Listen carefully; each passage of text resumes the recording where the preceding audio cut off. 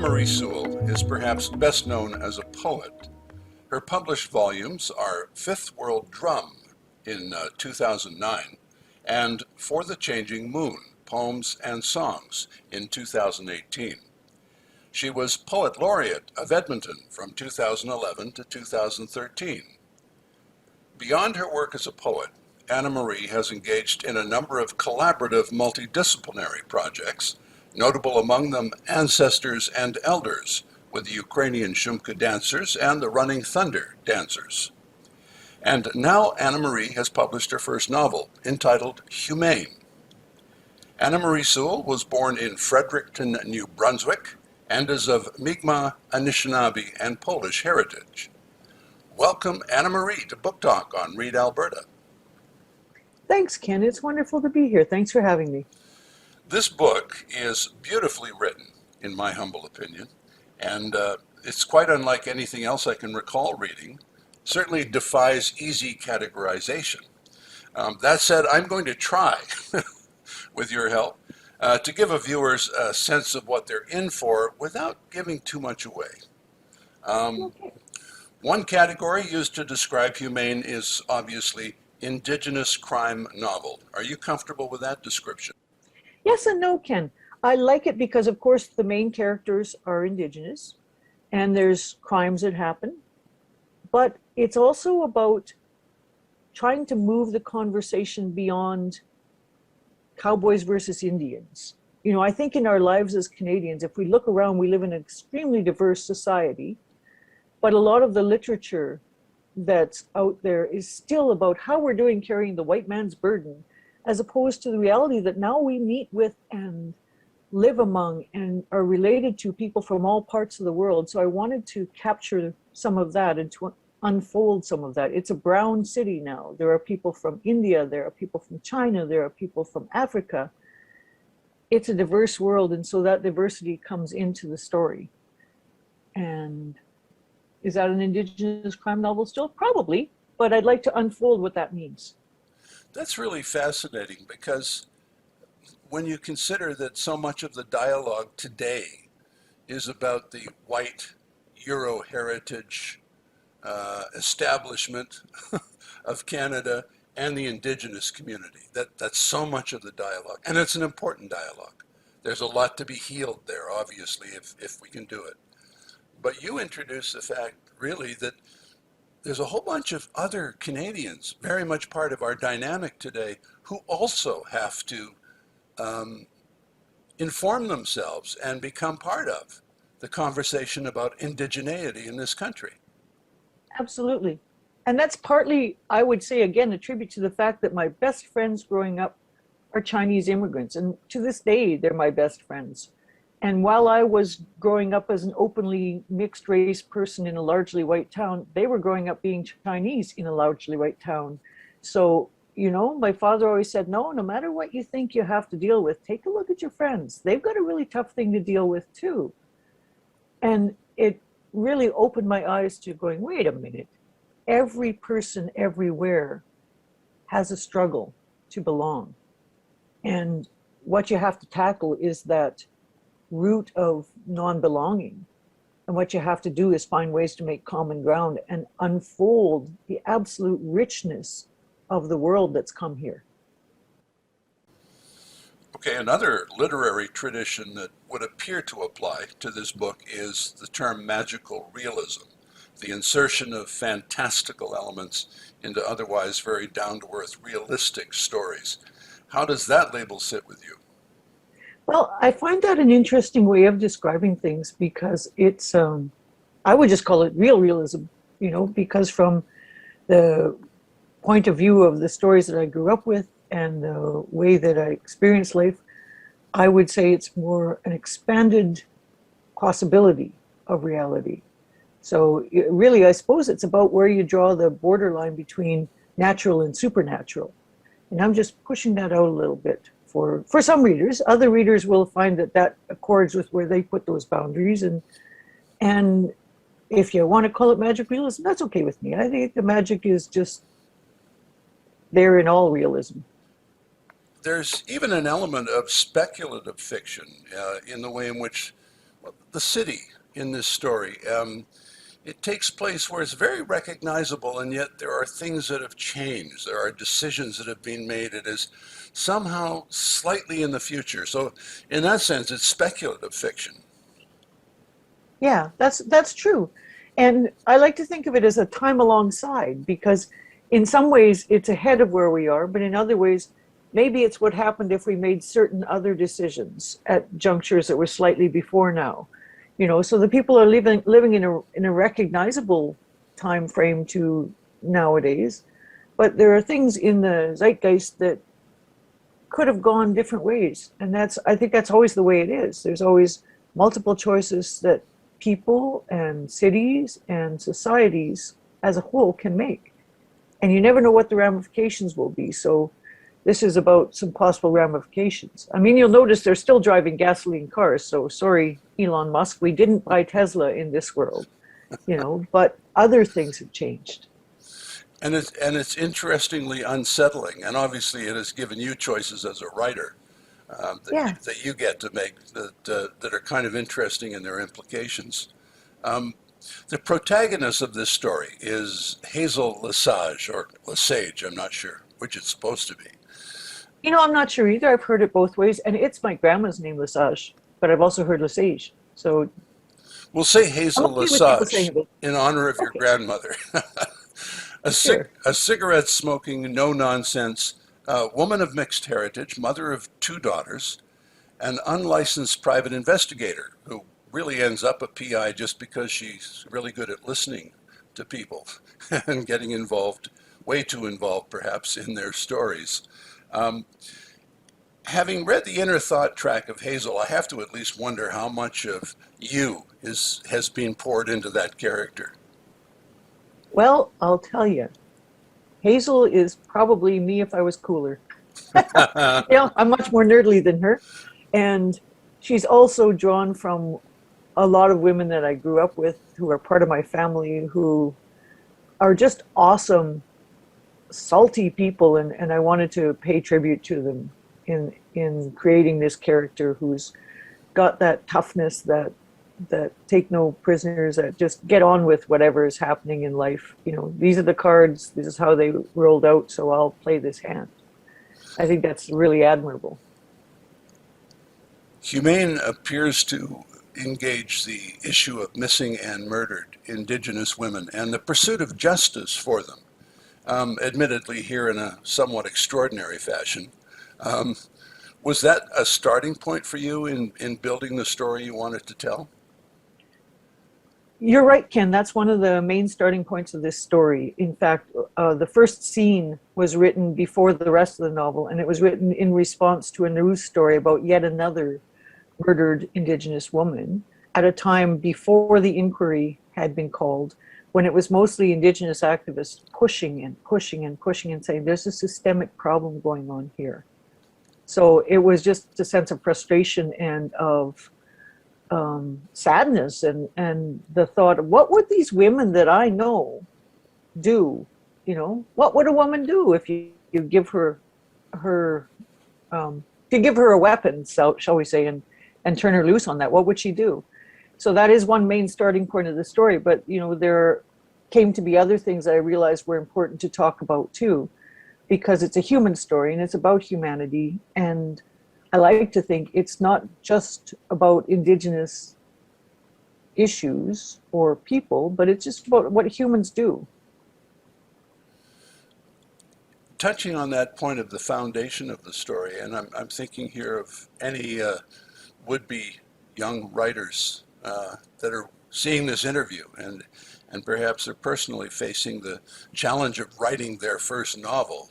Um, this was your first novel, is your first novel, and how did you find the process? Like, how did you mentally even think about how you were going to structure this story? Did the story just come to you? Did it evolve in the writing? Had you already very clearly seen the story through to its end? Yes and no. In certain elements of the story, I knew where they had to go. I knew what had to happen to some of the characters, but some of the characters weren't even there when I started writing it all down. And they just appeared, and I thought, well, what are you doing in this story? Let's see what you're doing in this story. And I've always heard writers talk like that and thought, well, that seems a little bit charming, a little bit cutesy, but it's true. And as far as writing it down, I am a poet, first of all, and I didn't know how to write it all down. In fact, I sold the book based on a small query at the right time, and then thought, well, I'll just sit down and write it, and it totally didn't happen in the time frame I gave myself. So I talked to my publishers, Stonehouse Publishing, and said, can I have like 4 months more? And they said, yeah, that's no problem. Of course you need more time. They were more realistic than I was. And then I just thought, well, what would a poet do? Sit down every day and write. So I didn't write it in chronological order. I didn't write it in the order in which it appears in the story as it exists now. I just wrote whatever scene popped into my head that day and then wove it all back together afterwards. A much more poetic or chaotic way of writing, but I like it. It all came together. One of the characters in this book, for me, beyond the people involved, was the city itself, the city of Amiskwetsi. Amiskwetsi means Beaver Hills in Nehayawewan or Cree. Amiskwetsi Waskahikan means Beaver Hills House, and that was the Cree name, or is the Cree name, for Edmonton. I'm having problems with my present and past tenses this morning. As a person living here, I have to say I found it an uncommon experience to read a novel that inhabits a place with which I am so familiar. You've got a lot of unique little places expressed in the city, in this book. I was going to say, you have so many unique places of this city expressed in this book. Places that I have visited and experienced, as have many others that live here. And you have the gritty flavor of this city captured so well. And in the telling, it really kind of gave Edmonton for me a new reality. I mean, it's the one I've always felt, but now it was articulated. And I love these lines. People who say it's a prairie city have no real idea of what it is. It's a city of dust and toughness. Was it a matter for you of write about what you know so that your setting had a strong, real presence, or could this book have been set in another city and worked as well for you? That's a great question, Ken. If it were in a different city, different things would have to happen. It is about this place and what happens to this place in the slightly time alongside timeline of Amiskwetsi. And I love that it's about people here because I think people are very shaped by their environment.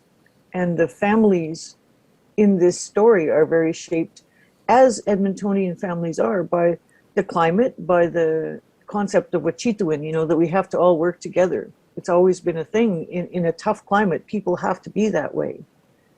And so the people unconsciously in this story, I'd say, are very much shaped by their environment.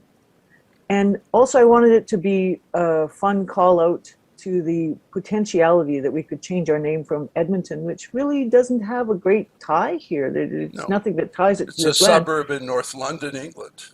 Exactly, but Amiskwetsi, there's a beautiful name, and there isn't another one in the world. So I was thrilled that between the starting of this book and the publishing of this book, Edmonton City Council saw fit to change the ward names from 1, 2, 3, 4, 5, etc., to Indigenous names. And I thought, okay, so it's coming. That'll be the next thing we do. We will take on this beautiful name Amiskwetsi one day, I think. And then I'll feel like, hey, look, I was ahead of that curve, or behind it if you want to go way back in time. And that's the kind of thing I like. Are you ahead? Are you behind? Are you alongside? Time is a flexible thing, and why not enjoy that surfing? Time surfing. As a reader, it felt to me, and this is something I really enjoyed about the book, is if you gave yourself a tremendous amount of permission to tell whatever story emerged for you, and to heck with the constraints of what might be considered conventionally real. I mean, you must have had fun allowing the story to continue to shift from one amazing revelation after another and to incorporating all sorts of different, if you will, literary genre into the mix. I mean, I found myself sometimes muttering, "What the hell?" but in a good, but in a good way. It's a fun read. I'm so glad that's the case.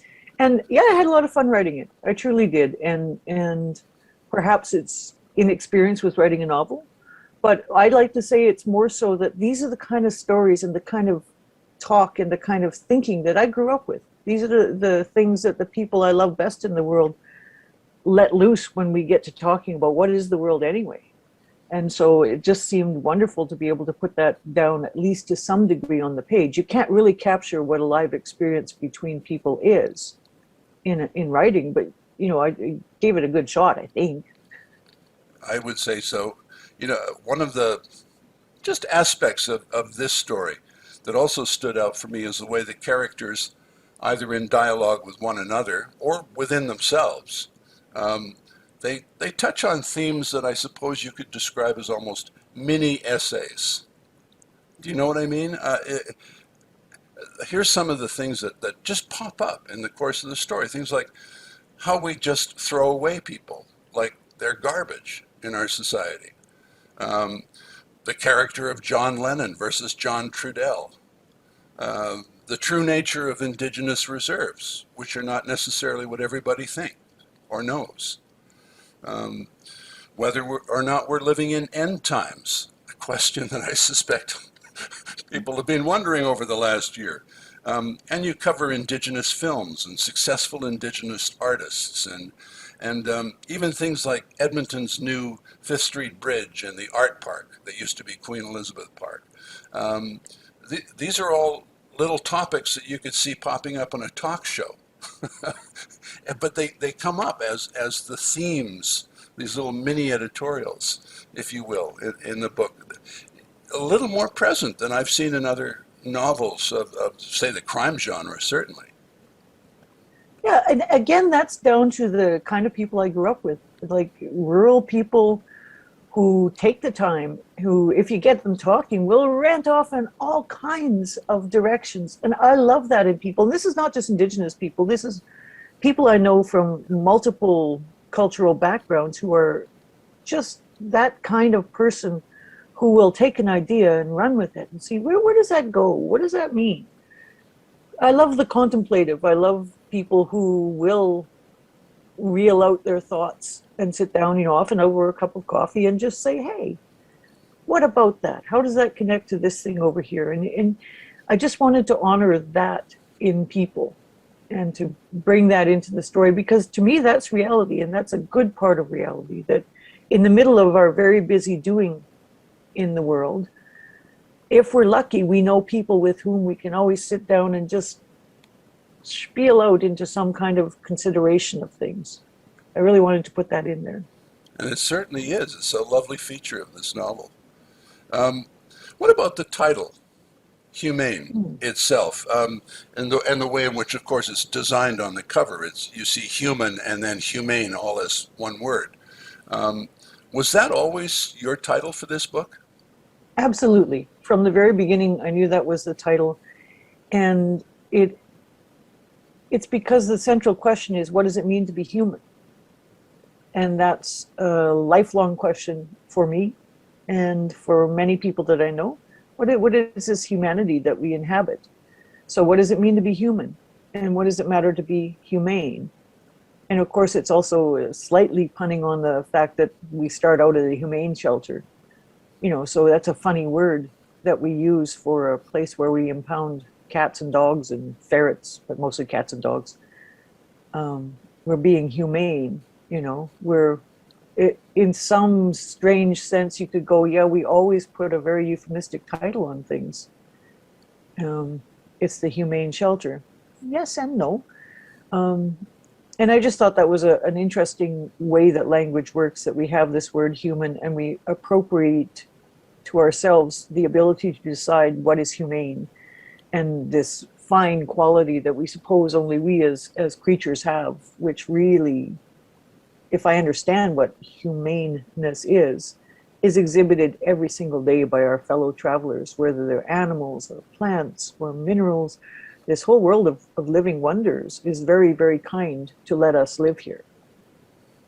So kind of pointing at that. But I love that title. And it's fun, right? To say human, humane, or human-y, as somebody said to me when they went. And now I can't stop calling it that. Yeah, human-y. So, has Humane wet your whistle for more novels?